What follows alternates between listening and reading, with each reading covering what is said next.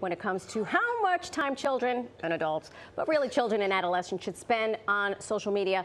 The jury is still out. Right. Some say a certain amount is wrong. Others say a certain amount is just right. We're in the Goldilocks era. Yeah, of this. I agree. Others say no social media at all, but is there an amount of time that is just right? Well, here to break down the results of a recent study conducted by the Journal of the American Medical Association is friend of the show, Dr. Robi Ludwig. Hi, Robi. Hello. Hi. Hello. Such an interesting topic. It is. We are both parents. We both have teens. Yes. So, like, this is top of mind for us. Can you start just by telling us about the study, overall, what it reveals? So it's an interesting study. They followed over 100,000 kids and teens for over a period of like around 3 years, a little over, and then asked them about their opinions about social media and tried to find out what their mental health status was, whether, you know, there was a correlation between time on social media and their mental health, and they came up with some very interesting discoveries. Okay. So I said Goldilocks tongue-in-cheek, but is there a Goldilocks zone for how much children should be on social media? The age, you know, we have 16 and 19. 16 and 19-year-olds, Yeah. So there was a U-curve that they found. And so the sweet spot, according to this study, was a little under 2 hours, was the healthy amount of time, and the recommended age was 13 years old. Under 2 hours a day. Under 2 hours a day. Okay. That sounds like not a lot, right? No, I was going to say it sounds like a lot. But it's, well, I mean, I've got a 16-year-old daughter, and 2 hours a day, she would literally go into withdrawals. I know, so would mine. Okay, so that's what this study said. And then they found, it was really interesting, that overuse, being on social media too much, created depression and anxiety and interfered with sleep and schoolwork, and nothing at all was equally unhealthy. That is the part of the study that kind of surprised me, was the idea that it's not just that less is more, right? Because too little, what is it, FOMO? Is it that the kids feel they disconnected? are. When you think about young kids, especially teens, it's so important to have connections with their peers.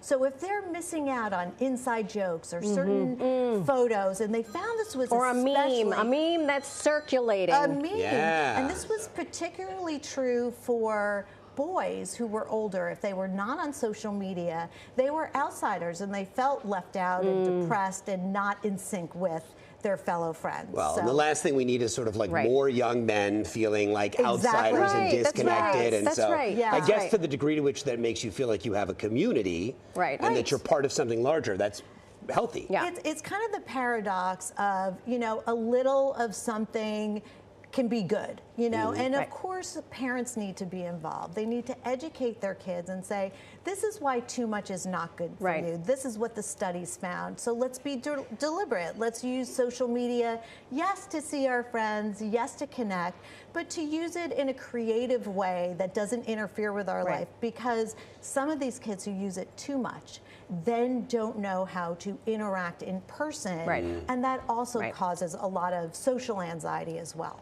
I mean, we're seeing it right here in public schools. We took away cell phones, and suddenly they are playing board games. They're screaming. They're sounds of glee. So clearly, we're on to something with the study. That was a smart move, because you can't pay attention to your phone and your studies. And this is the time for young kids to absorb from teachers and not have that pull, because the algorithms pull us all in, right? It's like a specially designed way to not be bored. And boredom is good, especially for kids. And boredom is tough for kids. Differences between boys and girls. The study found that there were some differences as to when they should start and how long they should be, So the boys, it was really interesting because the later that they were prevented from being on social media, the more mental health issues there were for them. Really? Because again, not feeling in sync, and there are a lot of video games and other types of ways that these kids interact. So it almost was isolating for them.